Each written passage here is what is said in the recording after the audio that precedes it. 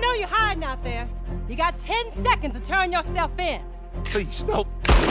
There's your 10.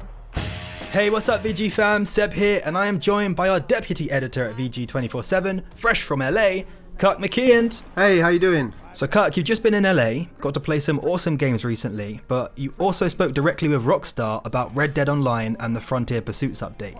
And it's been out for a little while now, so, what can you tell us about your chat with Rockstar? Yeah, so we've been trying to talk with Rockstar for a while, and originally it was going to be a chat about the Frontier update itself, but because obviously they were busy working on the update, the chat getting pushed back. And after a little bit of back and forth, they said, yeah, that's cool. So we touched on some vague bits about what they're working on in the future, but I've got some really cool details as well. Yeah, I definitely want to get into those. So, they've obviously introduced 3 new roles now. So Bounty Hunter, Collector and Trader. What was the thinking behind these new roles? And are they happy with how it's turned out so far? Or, do you know if there's going to be more interesting ones in the future? Yeah, I mean, first off, they looked at it and they saw that Red Dead Online's player base was totally different to GTA Online. They said it's a different pace, it's more chilled out. So they wanted the update to reflect that and let people embed themselves in this world and embody a role. So the three roles, Trader, Bounty Hunter and Collector, are 3 different ways of playing the game. You got your wildlife in the Trader when it's about the hunting, right? And then you got the combat of the Bounty Hunter, and the Collector's about exploring the world. And yeah, these are the foundations of the future updates. So the Trader is your business, and they wanted your business to start in the camp, and eventually that business you'll go from a trader to an industrialist basically, but there'll be a through line and a sense of progression from that. So it's evolution. There's evolution within the roles. Yeah, exactly. So future updates will be the next step on the ladder or something, but there will be new roles as well. It's just that these are the foundation roles that will always be there.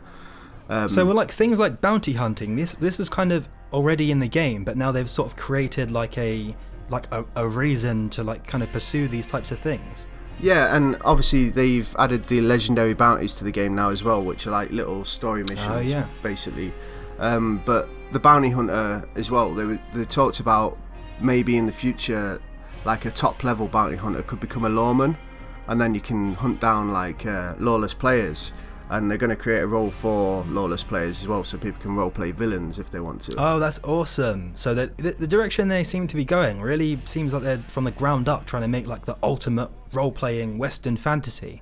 Is that the impression you got? Yeah, I mean, they've got big hopes for the game, and it seems like they're planning it really well. With GTA Online, it's such a great game, but if you jump into it now, it's so tough to get into because there's just so much stuff.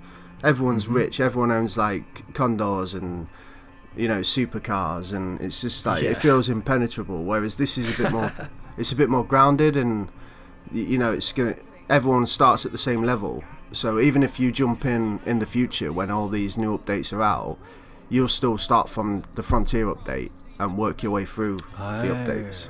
So basically, awesome. if you have any interest in playing it, you should probably get playing it now. Yeah, get ahead a little bit. So in GTA Online, like you say, you can own businesses and all sorts. And are they planning on adding these types of things into Red Dead as well? Yeah, definitely. Rockstar said to me that the camp was very important for them. The single player is all about the camp and you and your gang roaming the land and taking money from wherever you can. And they want to copy that over to the online as well. So that's why the business starts at the camp. They want you to be grounded and moving around the world, but eventually they want to give us properties and stuff. It's just that if they give us properties now, everyone's going to abandon the camp, and it's such a core part of what experience they want to get across. Because obviously your camp, if you log in and your camp has been replaced by another player's, it'll take your camp out, and then you need to go find somewhere else to put your camp down, and it kind of keeps you moving around the world, if that makes sense. Whereas if you have a property, people are going to be entrenched into little areas. So yeah, they do want to do that, but they want to do it later.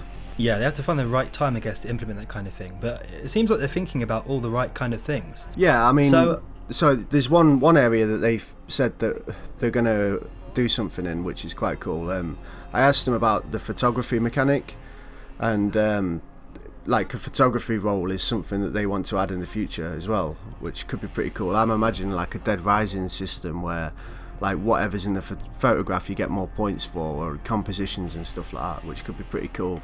It's great they're still adding content, but, you know, I wonder, in a Western-themed world, like, how crazy can they get with future kind of updates? Like, are these rumoured zombies really coming? I've seen some of that going around. Is there any truth to this kind of stuff? Well, they said to me that they wouldn't rule it out, so I'd take that as a yes. But I actually asked a follow-up question on this and said, would you give me any more information?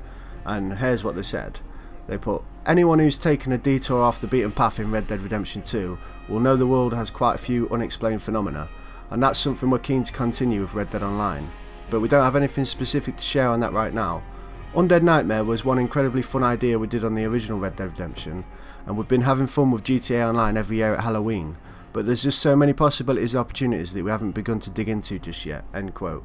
So it sounds to me like they're going to do something fun for Halloween, at least. Yeah, that was a very cheeky answer, wasn't it? That was like a non-denial. Yeah, I mean, just don't get your hopes up too much, but I think something's coming for Halloween, something spooky. And in terms of like expansions, like did they mention anything about sort of like new towns or like new, you know, ways that will fundamentally change the game? I suppose you mentioned like Halloween, but are there any like sort of other type events like that happening, or like limited time modes? Is that something they're thinking about? Rockstar told me it's not in the plans right now because there's so much they can still do with the world as it currently is. And obviously, like they said before about the roles and stuff, they're just building the foundation. But it's not something they've ruled out, because obviously players have been breaking through the barriers in single player to get to Mexico, and then you've got the Guarma map from the single player that they could possibly do something with, but it's just not at the top of the agenda, basically. So I've heard PvP activities have been a bit of a concern for some people. You know, that it doesn't seem that popular. So do you have any idea what's going on there? Yeah, I mean, it's not anywhere near as popular as the free roam and co-op activities, which means like cooperative editions like maybe heists in the future are more interesting to Rockstar than a new deathmatch, because they know that that's what the community wants. It seems like they're really listening to community feedback, but they said PvP will always be there and they won't forget it because they know that a small portion of their player base does enjoy PvP. So they're thinking about maybe new ways of exploring PvP within co-op stuff, like, or competing together against the environment, so maybe two teams battling out for the most kills of NPCs or something. It feels like they're going to do more experimental PvP in the future, maybe. So more sort of co-op as well, almost, a more of a co-op element to it. Yeah, exactly, because that's where everyone's enjoying themselves the most, so it makes sense to incorporate that into the PvP as well. So I've seen a lot about sort of, you know, griefing and trolling. Can you actually troll people? Like, are trolls a problem in this game? I mean, there's the odd dickhead in the game, yeah. Sometimes you just like roaming along and someone will headshot you or something, but it's more and more rare these days. Like, Rockstar's made so many improvements there. Like, for a start, when it first released in beta, you could see where everyone was on the map at any time. There's like a blip. But now you can only see people that are in close proximity, so it means you can't just go and put a waypoint on someone and hunt them down forever, which is good because it means you can escape players who are trolling you. And also, if you get killed, you can report them to the law and put bounty on the head, or you can try and parlay with them, or you can start a feud and go back after them, or you can do what I did last time someone did it to me and put some explosive slugs in your shotgun and go and blow them into like chunks. Yeah, that sounds like probably the most useful solution. Yeah, and then with the blip system as well, you blow them into chunks, they're respawning and you're already out of there and off their radar because you're a legend. Yeah.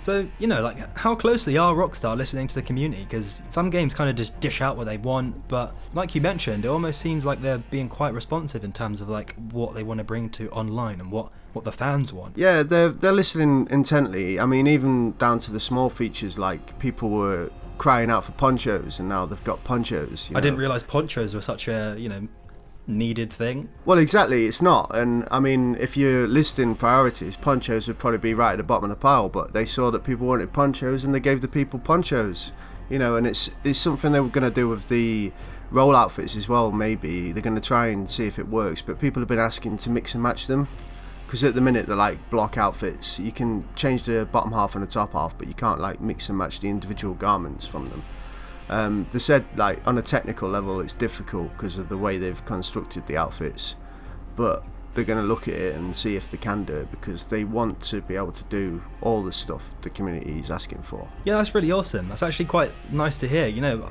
one thing I really like is when you hear a developer adding something as pointless or like frivolous as a poncho.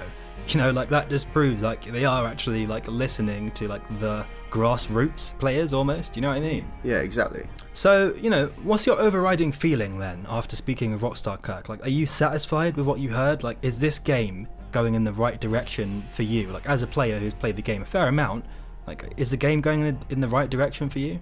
Yeah, I mean, like, I've been playing the hell out of the online, to be honest. It's so much fun, and I'm really into the collector role, so I just like exploring that world. It's such an amazing like place they've created, and just going around and looking in all the abandoned shacks and finding all the cool little details that you forgot existed. And like, I've just got this metal detector, and I just ride around with that on my horse, and it starts pinging, and then I go and dig up a coin or something. I'm just this like roaming treasure hunter, and it's really fun. But I do kind of regret that it looks like they're not going down the single player DLC route, because to be honest, Red Dead Redemption 2 single player is such a beast, such an expansive like game that lasts forever, that there's still that there if you want the single player. I mean, and there's different ways to play it, and you can go back to it, and hopefully we get next gen versions at some point, or PC or whatever, then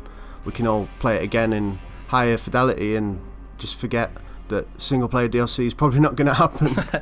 Yeah, so maybe it's time to dust off the old single player for a second playthrough, eh, Kirk? Yeah, exactly. Well, yeah, thanks for the info, Kirk. That was very insightful. We do have your full interview with Rockstar going up on VG247.com, so you guys should definitely go check that out. And as always, drop a like if you enjoyed the vid, guys. Ring that notification bell so you never miss a vid. And for all the latest updates on Red Dead, jump on over to VG247.com. See ya! Bye. I've got 3 words for you. Crips Trading Company.